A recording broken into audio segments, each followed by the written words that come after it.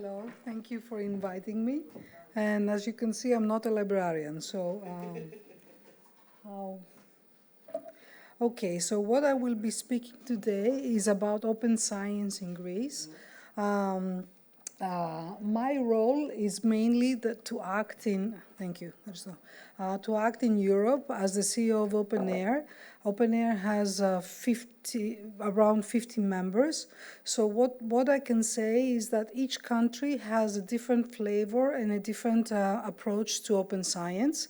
Today, I will present Greece, where, as Leah and Yannis said, the ministerial support comes and go and is not stable. I know that this happens in other countries also, so we shouldn't really complain. So how do we move about it? I will present just my hosting organization is Athena Research Center. So what I wanted to present, why is it? It's a research center, one of the 11 in Greece. So we don't come from a university. We don't have a library. We're focusing on ICT and all of these, from robots, from AI, from language and speech processing.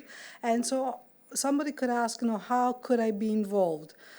We were involved because in 2005, we were involved in a European project that set up repositories and linking a network of repositories. So they wanted ICT people. So in Greece now, Athena is a focal point I will explain, but mainly for data and for open science in general, where we have the best synergy. I think the first and best synergy we have is with healing. So we have at one point the research institutes, and then on the other side we have the universities who have similar approaches. Researchers have the same approaches, but maybe the structures are different. So where does Athena and open science come in, and European and national level? What we have been doing from 2008, I think, is that we have been a founder of the Open Air a non-profit organization. We actually managed to establish this in Greece, which I think was a great achievement, because all of these organizations usually are established in the Northwest. So I think that this is something that enabled Athena and HealLink, being in open air, to become more with the European developments and advances, to become more familiar. So this is one of the lessons learned, is that we learn from each other, and what is happening at Europe we can or other more mature countries we can transfer in our countries. Then, through a Greek national project, we are the implementer of Helix Hellenic Data Services, and together with HealLink, we have 2 repositories, national data repositories, for research data.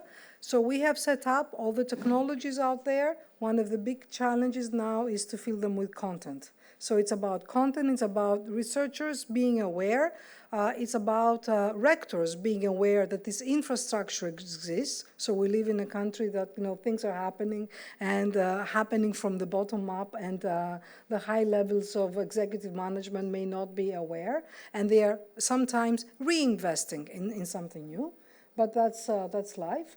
And then we were a facilitator of this bottom-up consortium for open science national plan and working group. I will explain more. And last but not least, we're a lead contributor in the European Open Science Cloud, participating in many European projects where data is number one, but every now and then, open access to publications comes into play, and people do realize that we're moving to open science and data, but we haven't really solved the open access to publication. And of course, data is in the middle. Now we're moving on to software and services. So this is something that it's happening, and Greece is following all the developments.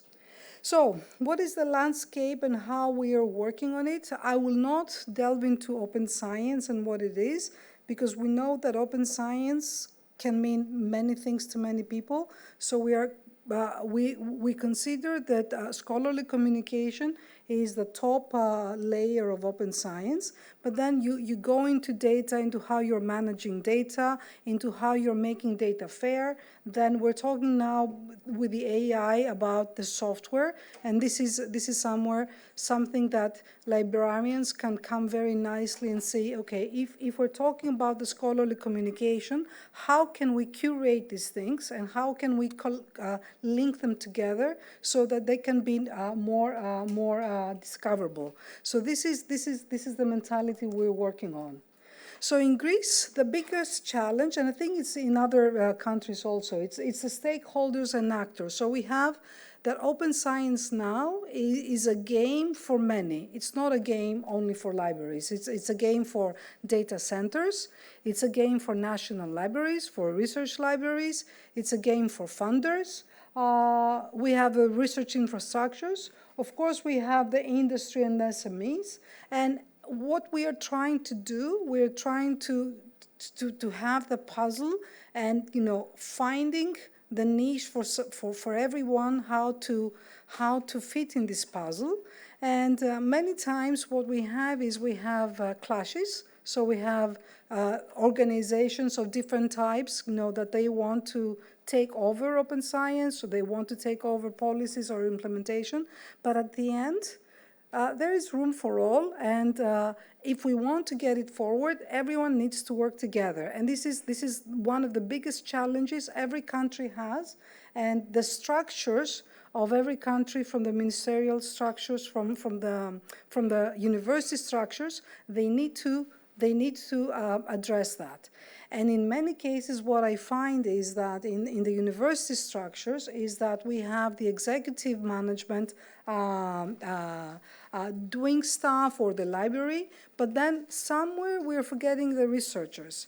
And one of the things is that we need to realize that not every researcher is keen on open science, is keen on sharing, but every researcher is keen on finding things, on using things. So we need to play this game, and we need to engage, some top researchers who may want to be active, who want, as their community effort. Many researchers are editors in journals. Why can't they be open access ambassadors and bring this change within the university? So this is the other thing that we would like to see.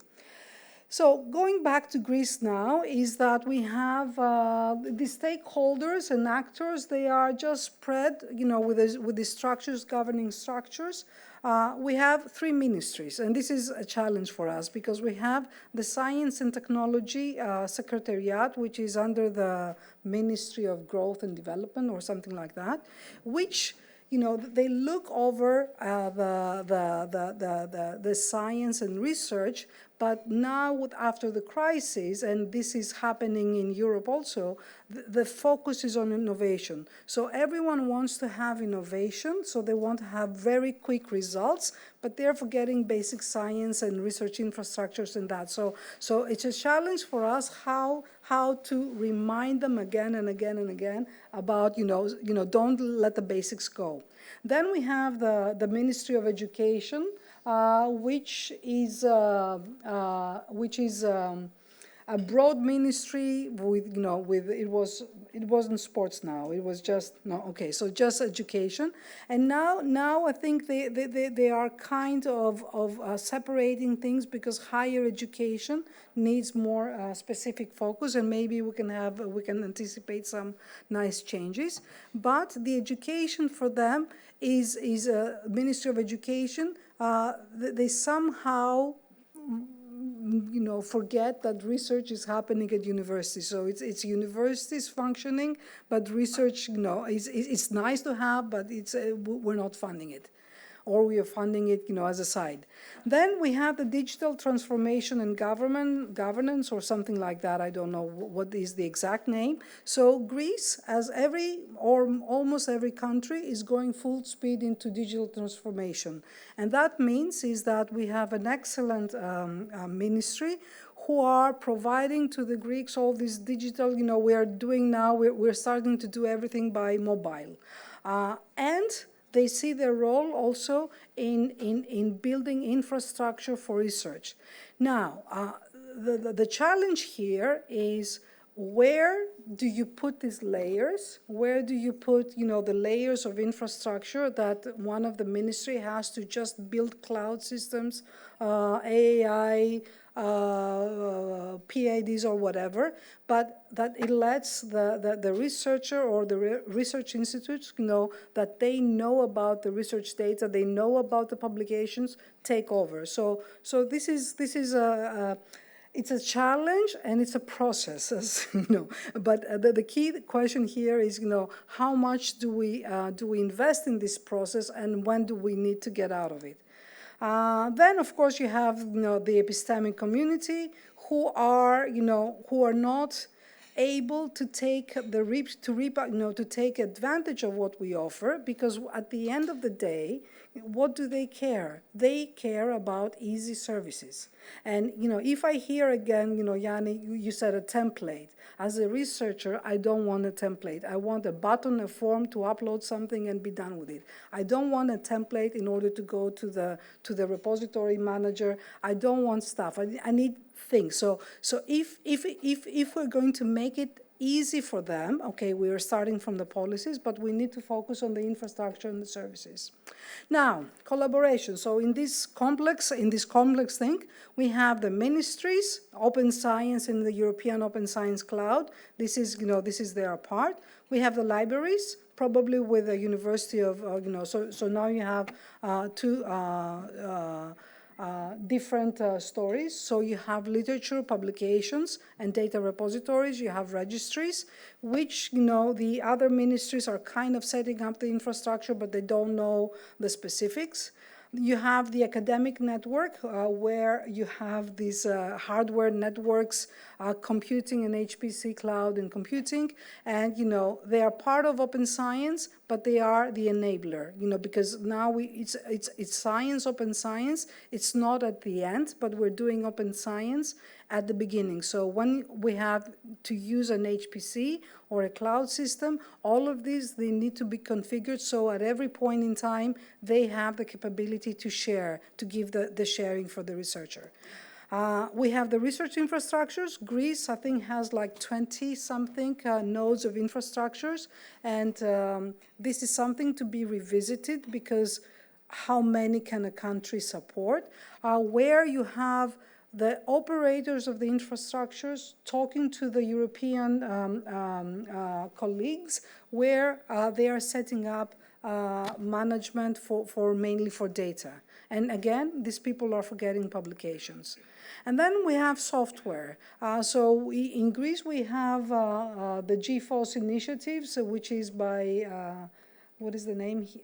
ELAC, okay, that they have a long history of openness due to software. So what we could learn from them is not just about software. We could learn about the various processes of how to enable it. So what we have done is we put all of these people together, representatives from research performing organizational, national infrastructure, nodes and initiatives, and we forgot what the ministry did not do.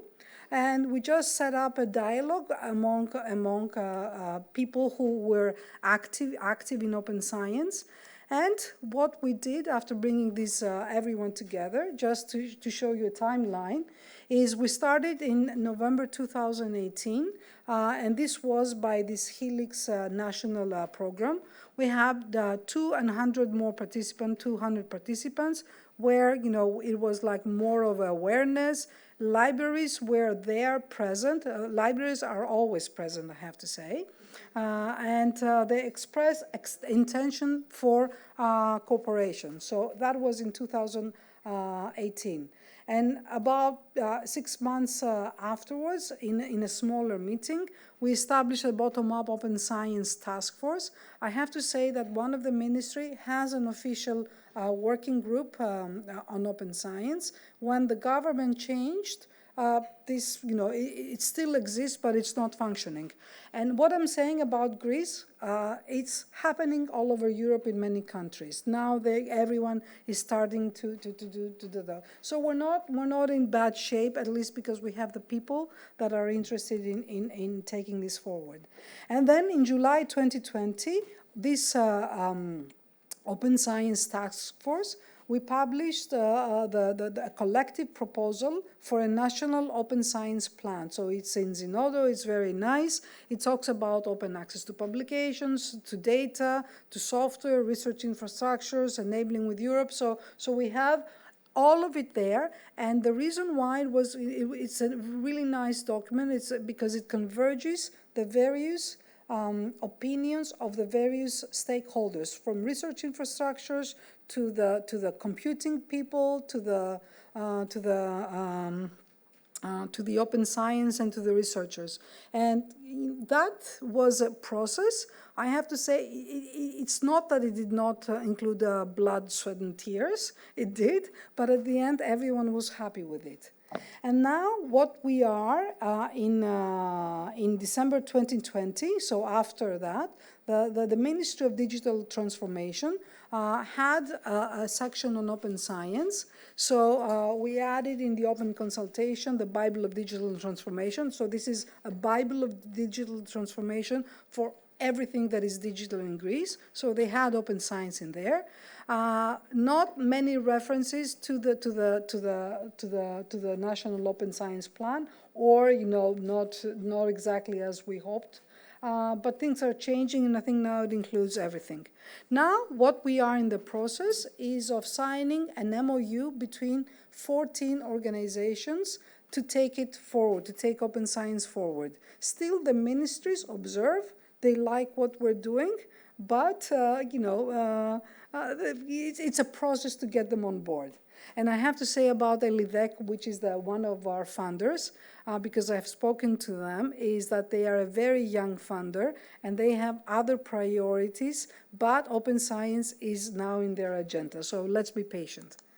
So what are the results? So we had 2 results in this whole process from 2018 so 4 years. So somebody has to be very, very patient. Is the National Open Science Plan and the MOU. So the National Open Science Plan is, it's nice to see that many people have read it. We have recommendations about implementation and about assessment. So the implementation has 3 sections, mainly on regulatory measures. How can we change our laws or adapt our laws in order to have, for example, for the author to keep their IP on publications? Things like that. We need to look at those. Financial tools, so what we wanted is a wishful thinking to our funders in order to provide money for the open science, and I think this is now in their agenda. It's just that we have to be patient. And last but not least is communication, because whatever we are doing, it needs to be communicated with the right message to the right people. So it's a different approach to the rectors, it's a different approach to the presidents of the research institutes, to each of these ministries, because at the end of the day, the researchers, they know that open science is there for them, because mainly for them to reuse, because it's a data-intensive science. So we need to convince them, and we need to convince the executive management that they have to gain out of it. And to be honest, there are not enough studies out there in order to convince everyone, about the value of open science. We know the value, but these people need to get to see numbers. Okay, and this is something that we need to see. And one of the questions that I wanted to ask you is, with these transformative agreements, are we paying more, less, or the same? And think about it. I don't know. Okay. Do you need an answer? Yes. It depends. See, but you cannot go to a rector or to a ministry and say it depends. They need to say, what is the value that I get out of it? By the publisher. Yes, but Total. We have let's say a roof. I mean, we're not exceeding. In most cases, no. Microphone.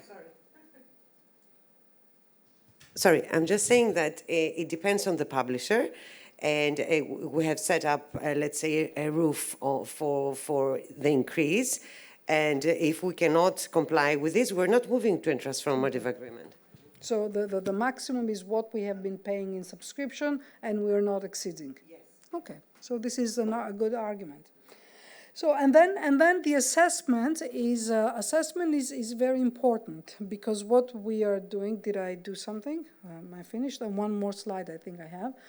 In the assessment is that we need to set up national monitoring mechanisms like the APC, like how much data, how many researchers are using it, how much we are publishing in open access, and green, gold. So we need to have this monitoring assessment in place of open access and the policies and the funding that we give, because then we can make informed decision. And it's such a situation in many countries that these national monitoring mechanisms are not centralized. They should be centralized in the organization at least. Of course, every university should have data, but somewhere somebody needs to gather this data, and then of course at the European level. And I have to say that at least in the circles that are moving in Europe, the European Open Science Cloud has brought a difference into this mentality. So now people are thinking of setting up these national assessments, national quiz systems, that they include data, that they include software, funding all together, and they can do that. So this is something, for example, a national quiz system is what would be the next priority for me, for Greece to have. Then the Hellenic Open Science Initiative, HOSI or EPAE or something, I don't know how it's called, is 14 members. So from Athena, GRNet, HealLink, it's all the I think it's all the Greek research institutes, plus HealLink, which is from representing the universities. But I know that more universities will sign on as we speak. And then we have the Greek GRNet, which is the infrastructure level. We have, I think, also ELACA, we may have. So we got together, and now we have formed a virtual organization. We just, the last signature was on February 28th, so it's very new. And now we have a plan on how to take this forward. We have the sponsorship, not the sponsorship, we have the approval of the ministries, but not real support. So still we are on our own, but I think this is a catalyst where all the players are coming together, and we are we're taking things forward. This will help us not only to have one voice to Europe and to the European Open Science Cloud, but also to formulate the strategy from a bottom up, and then to talk to the ministries, if possible, with one voice. If we can manage, I think that will be a success.